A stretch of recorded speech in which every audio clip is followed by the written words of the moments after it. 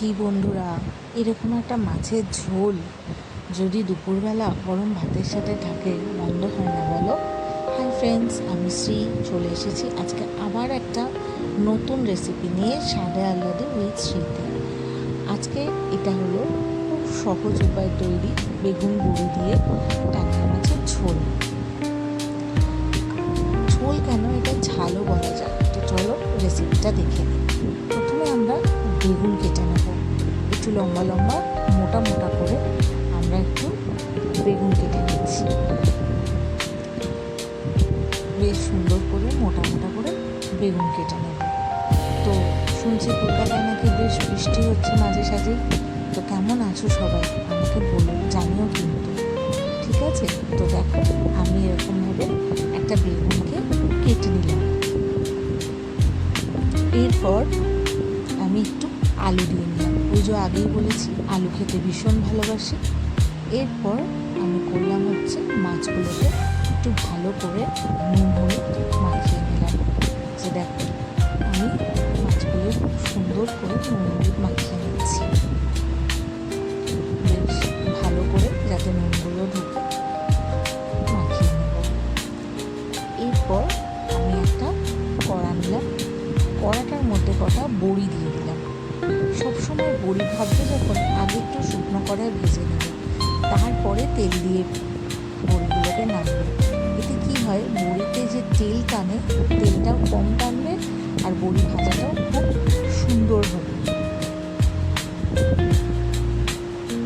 তো দেখো আমি বড়িগুলোকে খুব সুন্দর করে পাশ করে ভেজে নিচ্ছি।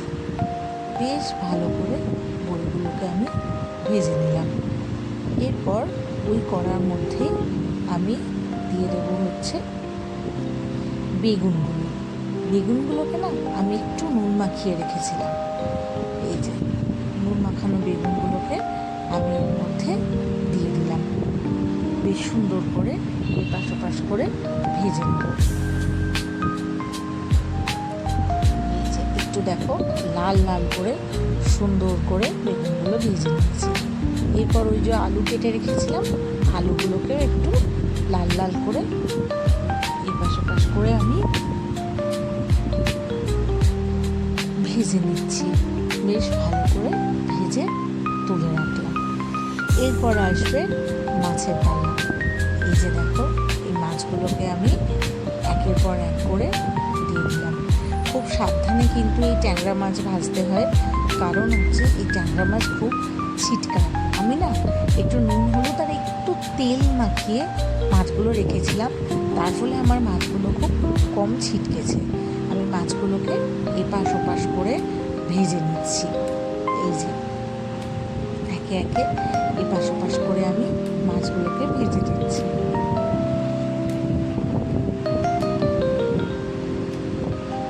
এই যে দেখো আমার মাছগুলো কিন্তু ভালোভাবে ভাজা হয়ে গেছে।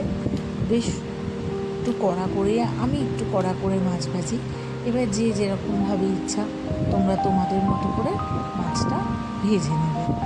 এই যে আমি একটু কড়া করে মাছ ভাজি। এরপর কড়াইতে দিয়ে দেবো হচ্ছে, ওই মাছ ভাজার তেলেতেই দিয়ে দেবো হচ্ছে একটু কালো জিরে আর কাঁচা লঙ্কা ফোড়ন।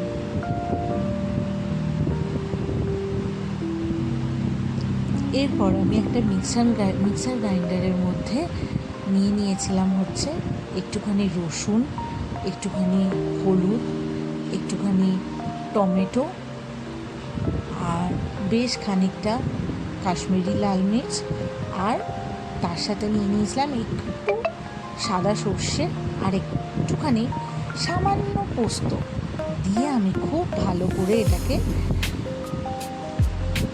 গ্রাইন্ড করে নিয়েছিলাম।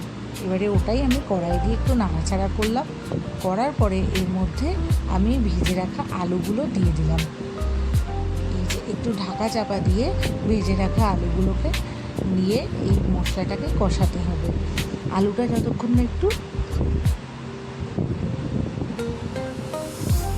সিদ্ধ হয়ে আসছে, আমাকে এটাকে ভালো করে ঢাকা চাপা দিয়ে কষিয়ে যেতে হবে সুন্দর করে। দেখো আমি বারবার ঢাকা চাপা দিয়ে কষিয়ে নিলাম।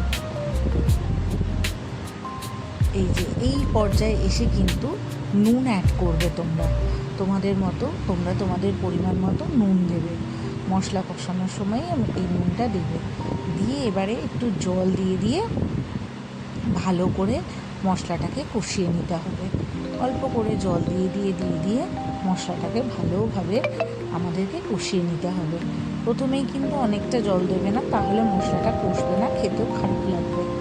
এই যে আমি দেখো মশলাটাকে কষাচ্ছি।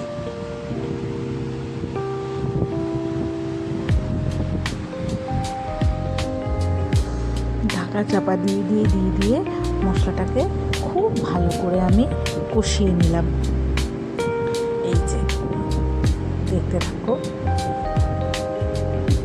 এইবার যখন দেখবে মশলাটা বেশ ভালো করে কষে গেছে, আলুটাও সিদ্ধ হয়ে গেছে, এইবার তোমরা তোমাদের মতো জল দিয়ে দেবে, তোমরা যেরকম গ্রেভিটা খেতে চাও সেরকম। এরপর এখানে বেগুন আর বড়িগুলো এই ঝোলের মধ্যে ছেড়ে দেবে।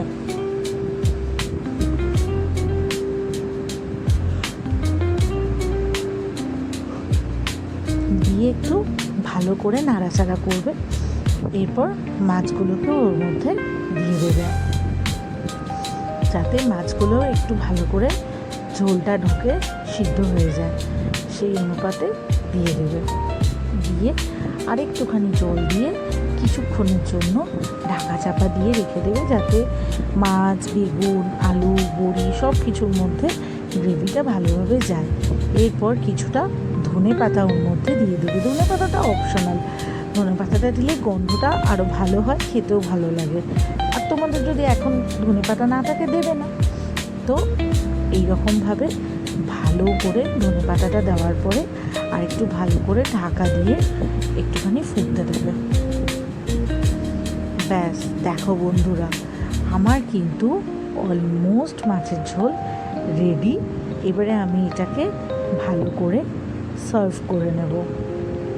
এই মাছের ঝোলটা কিন্তু খুব একটা ভারী হয় না, খুব একটা বেশি মশলা ইউজ হয় না, হালকা পাতলা হয়, কিন্তু খেতে দুর্ধর্ষ হয়।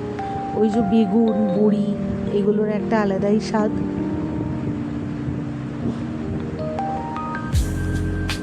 আর আমার মনে হয় মাছের মধ্যে বেগুন দিলে বোধহয় মাছের টেস্ট আরও বেড়ে যায়।